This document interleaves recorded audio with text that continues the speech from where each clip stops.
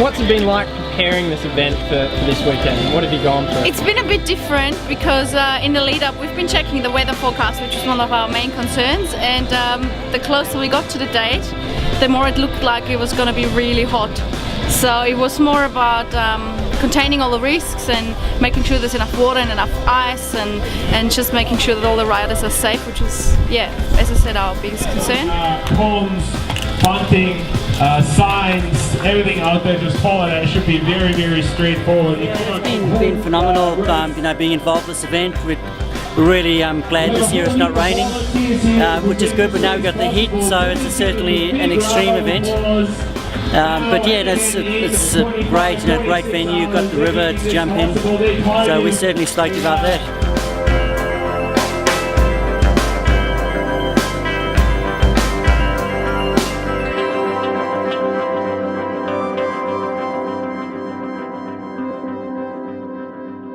I did my first 24-hour when I was 13 and a half. It was a Scott, and just did it because basically my uncle said that he wanted to ride a cross-country event, and that really just got me to it from there. I've just been riding for a few years now and really loving it. I'm solo, like I said. I used to race motorbikes, and this is a new event for me, and not many friends of mine do push bike riding, so hopefully by the end of this weekend I'll have more friends that do this event, and I could join up with someone and maybe do a team event next time. Everyone we bring out for a ride for these kind of team events loves just how social it is. It's like a carnival, and they can bring their family down and relax, and so we can go out and ride hard for a lap and then just relax and muck around and have a good time. And you know, you're doing a bit of hard work here and there, but most of the time you're just enjoying the weekend. Even like when like Jason English passes, you know, he says how you going, and he chats to you for a while, sits in your slipstream for a while, or you sit back at him, and then you know, he's the world champion, yet he's willing to talk to you.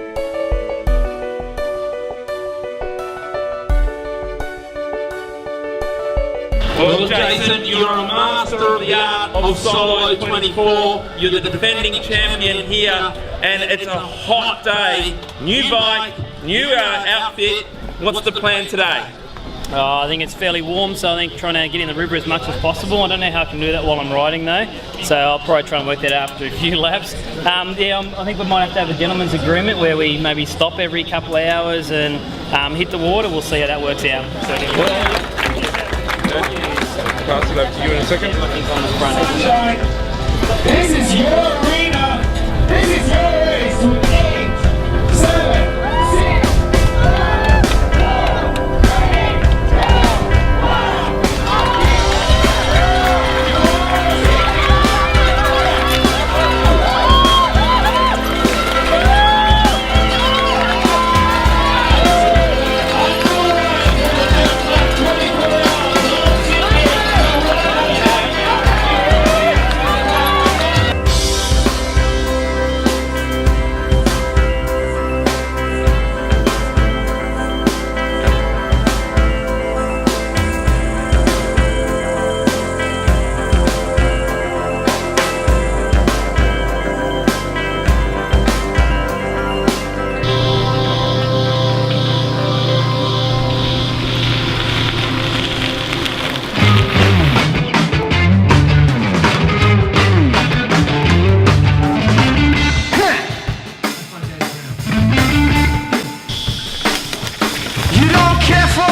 I don't care about that.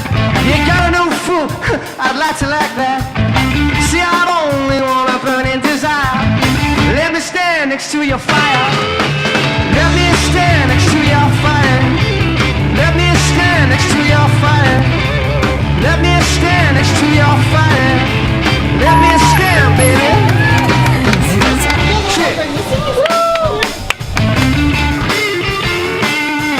You say your mom ain't home, it ain't my turn. But just go play with me, and you won't get burned. I have only one burning desire. Please let me stand next to your fire. Let me stand next to your fire. Let me stand next to your fire. Let me stand next to your fire. Let me stand next to your fire. I'll move over, and that big Willie take over. You know what I'm talking about, yeah?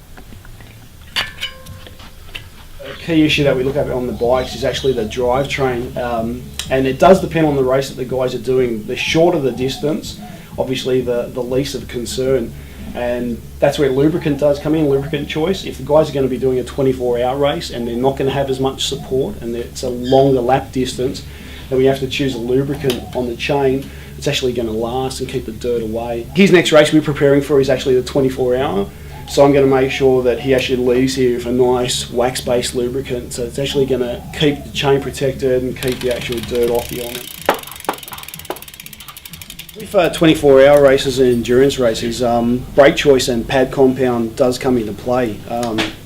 You know, if you're lucky and the day runs well and there's no bad weather, then whatever brake pads you're running will get you through. However, metal compounds or semi-metallic compounds will always last longer and tend not to heat up or cope with the heat better.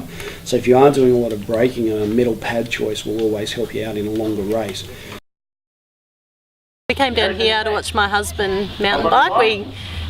We're from Tasmania, so we've been all over the place, watching him race, and we do it as a family so we can have a bit of a getaway on the weekends and quality time, and Luke likes to have a bit of a go at the kids' challenges, and we enjoy watching, don't we, Pat? I think you need to get some quality sleep during the night, so what we're going to do is do triple or quadruples each, so have a 2-hour gap or 2-hour bank for each rider, and that will allow us to get about 5 or 6 hours sleep each overnight. Whereas the first lap I felt really good today, and then Matt was telling me to hold off on the second lap because it was really hot then. I went out anyway, and then I just was getting a bit delirious and headachy and stuff, and came back and I've needed a sleep, and you know, it's really smashed me.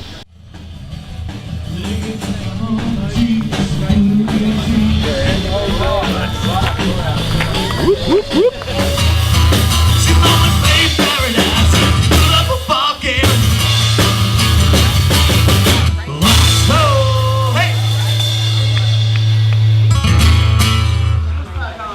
I've done my shift during the day, and that's probably enough for me now.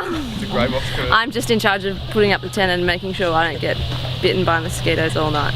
I'll leave the night laps to the boys, I think. I've never done one of these before in my life, actually. This is the first one that we've done. We've got, there's 4 of us out there, and we've all had a break for about 4 hours after dinner, and I've just gone back out again to rip into it, and it's been awesome, actually. I find that with the lights you can focus purely on what you're doing, you don't get distracted by what's going on around you, so you just hammer into it and away you go.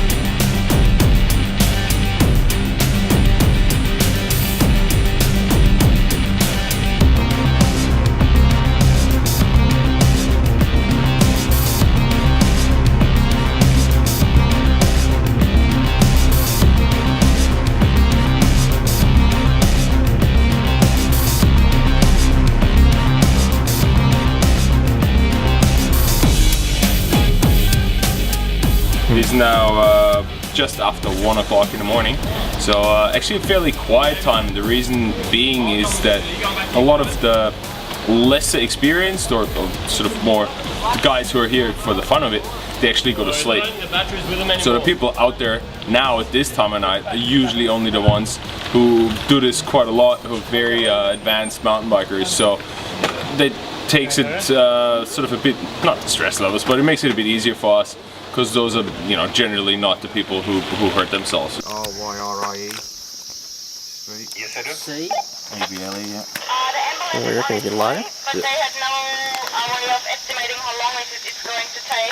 Yeah, I just ran a little bit wide coming down that rocky bit, and I thought I'd got it, but trapped my ankle between the pedal and a little stick.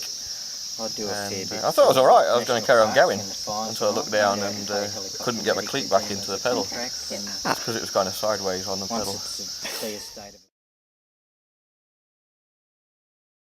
Alright folks, when you're talking lights, basically what you want to make sure you've got in hand is a light with a good body that's going to dissipate heat so the light doesn't burn out on you, a nice light battery pack, good Velcro strap so you can basically put it on your back, put it on your bike, wherever you want to put it. Very important though, clear lenses, very clear lens and a very luminous dish so you can actually get the spread out onto the ground. The LEDs of today will burn up to 900 to 1200 lumens. It's a light term. That said, it's hard to convert that into watts, but with a good beam and a good dish, you've got a good spread. There's a lot of lights out there that'll claim things, and you'll get it out there in the middle of the night, and you won't have the spread you need. You have more of a spot. So it's very important when you're picking a light, just have a good look at that dish on the inside, and think to yourself, okay, am I going to want to spot when I'm riding? Am I going to want to spread when I'm riding? And actually, when you're looking at your lights, make sure you always turn them on. You know, before you have any major purchase or whatever, make sure you turn your lights on. Get whoever you're talking to actually get a good show of you with your spot on the ground or your spot on the wall, and that way you can choose a better light for yourself. Your bar light's more typically for your ground area. You can see your depth. You've got the rocks coming out in front of you. Your helmet light that you run is typically for the guys that really want to start getting quick, get serious about their game, looking through the turns in the middle of the night, and you've got all that luminosity just around you, and it's just it's a real good thing to have the two lights, the single light on the bar, the helmet lamp. You can't go wrong.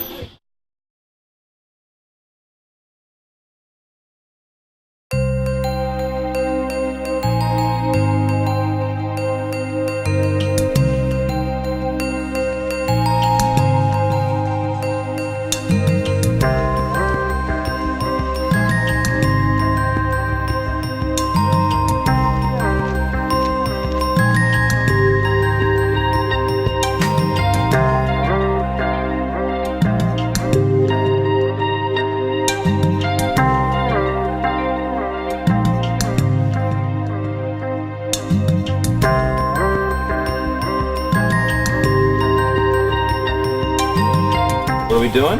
He's got a dirty chain line and it's collected up a lot of extra dirt and dust. So we're just trying to keep it clean so that basically can keep the same chain running. G'day, I'm Jenny, Jason English's wife and support crew. He's just come through and finished his 39th lap, I think, and he's feeling good now that the sun's come up. He was a little bit sick in the tummy through the night and probably from the heat was going a bit hard earlier on, but he seems to be coming good now.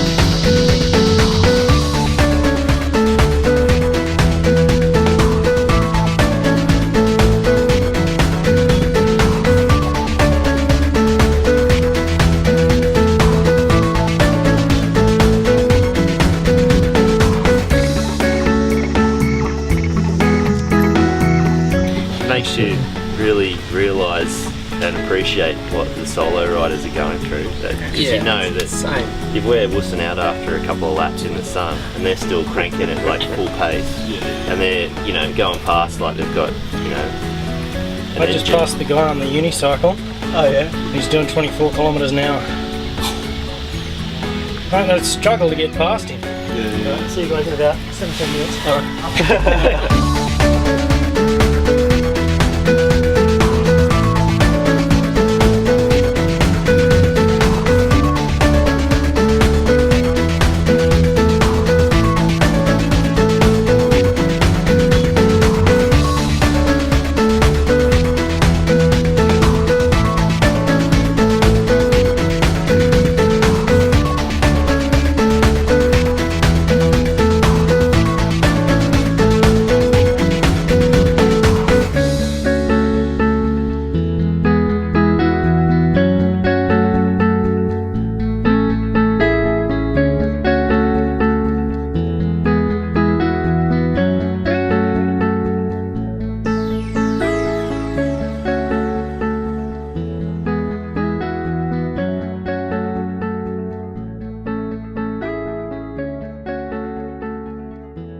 race, I suppose it's sort of a little bit hard to understand how to prepare because everyone's individual and you've just got to, and especially we're probably preparing in the worst part of racing because it's so hot. So now we'll get a good grip on what we should really do to prepare. So what do I have to tell me? 525.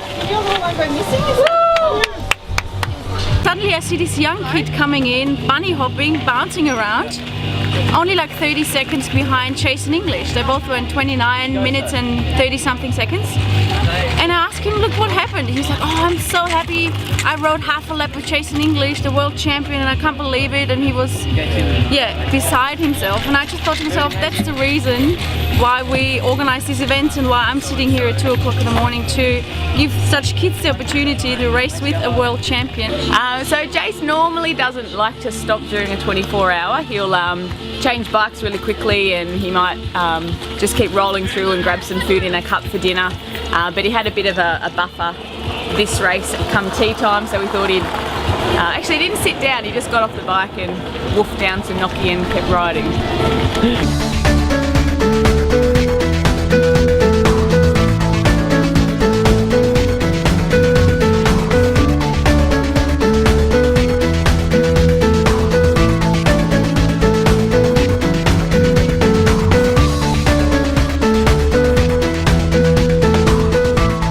Past events where I've really thought about it and planned for it a couple of months ahead and stuff, it makes a huge difference. I'm surprised how much you can push your body when you've set up for it, but you do need time to organise all that stuff, and because we both ride to work, like commute to work and stuff a fair bit as well, and that's the training. That's the training because it means that I'm not spending extra time that I don't have to ride. I'm just on a push bike instead of sitting in traffic. There is no time for experimenting in 24-hour racing. For me, firstly, I'm going on a hard food and also on isotonic drink. The best what works for me is VeroFit, which basically helps me stay without the cramps, and also is one of my favorite flavors, which is iced tea. Food-wise, basically I try to stay on high GI food, such as pasta, couscous, chicken and vegetables. Also fruit is very important for me during the race.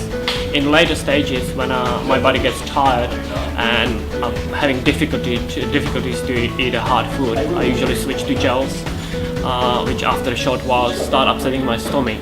So I usually turn to drinking a lot of beer, because beer is essentially isotonic beverage which has same osmotic pressure as your blood, so it goes basically all the nutrition goes quite quickly into your bloodstream, and also it has all those important minor minerals such as ion potassium, magnesium, and other important things.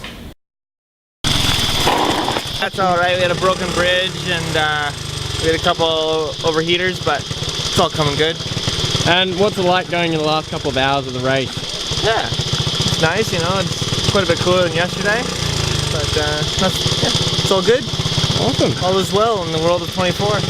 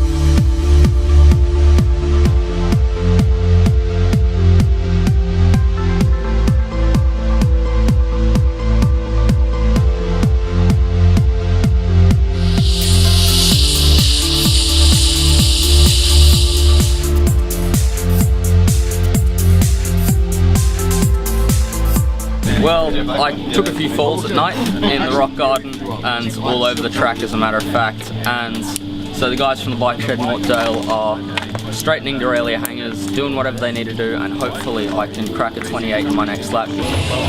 Yeah, the bike shed Mortdale's been a part of, you know, JetBlack, supporting JetBlack and the Rocky Trail since the beginning, which is nice. We always tried, you know, to give back a little bit, you know, come out to the races, give back. We started doing the state rounds for downhill, did a couple national rounds and stuff like that. But yeah, we just like to get out and help people when they go racing.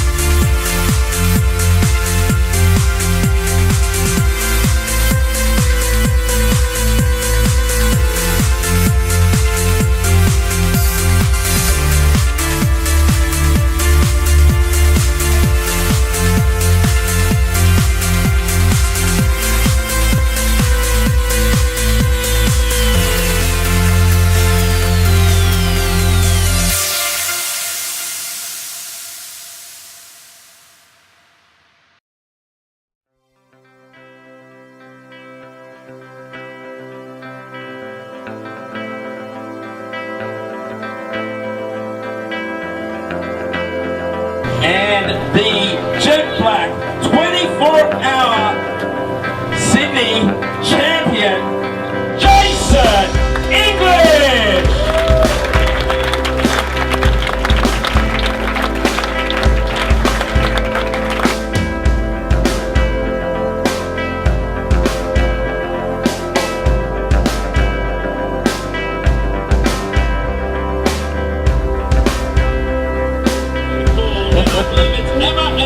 Today, so did I get it right? Yeah, Emma and Rachel, I think I got it. Yeah, okay.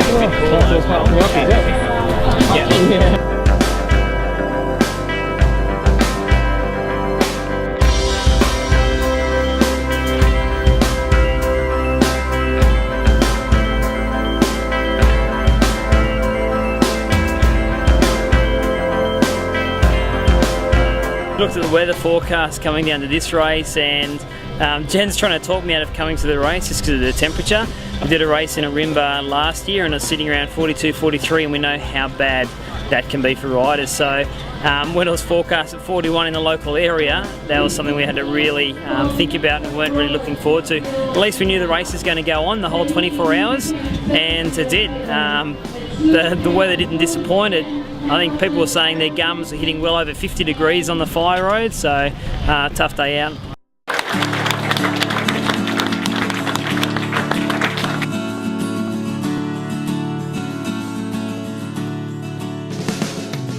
The 24-hour solo champion 2011. I wanted to thank my wife for looking after me and just making me drink like crazy. I think we're up to almost 3 or 4 bidons an hour at one stage to try and cope with that heat. So very tough racing there. Marty's done a great job once again. It's always good to come down and support his events and support JetBlack and the events that they put on. I think it's good to have the sponsors behind us to make events like this possible. He taught me how to go beyond my inadequacies.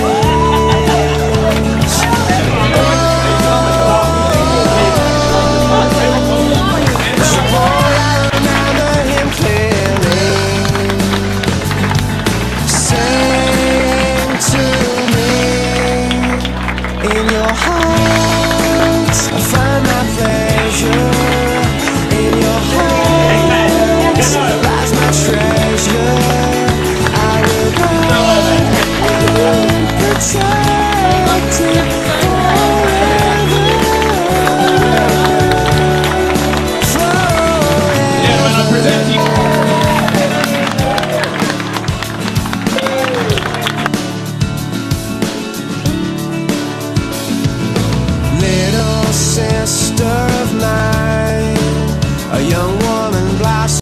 before my eyes. Each moment we shared growing up goes on now in a love between us. Oh, though I don't see you around as much these days, one thing still remains. In your heart I find my pleasure. In your heart lies my treasure.